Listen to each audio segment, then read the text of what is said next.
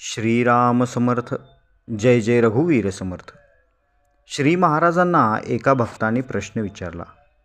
महाराज, एखादा जर नीट वागला नाही तर फार राग येतो आणि तो दाबला तर अस्वस्थता जाणवते. याला काय करावे? श्री महाराजांनी उत्तर दिले, थोडा राग आवश्यकच आहे, पण तो वर हवा. काही माणसांना बुद्धी कमी असते, त्यांना आपण सांभाळून घ्यावे. थोडं पुढे आलेले मागे जाऊ नये.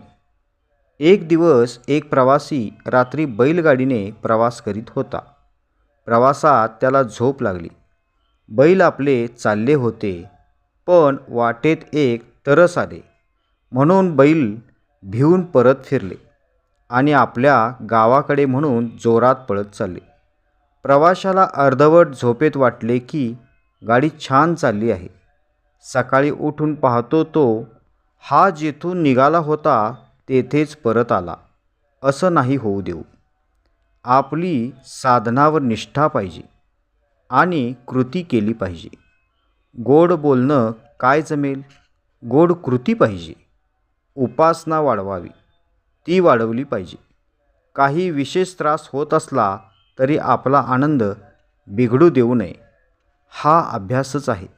मग तो त्रास तितकासा वाटणार नाही. याचा अर्थ प्रारब्ध चुकेल असा नाही. आपण अगदी आनंदात राहावे. सगळ्यांना आपण आवडलं पाहिजे.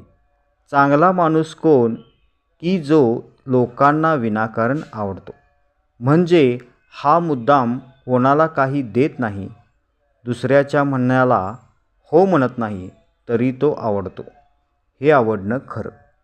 श्रीराम समर्थ. जय जय रघुवीर समर्थ.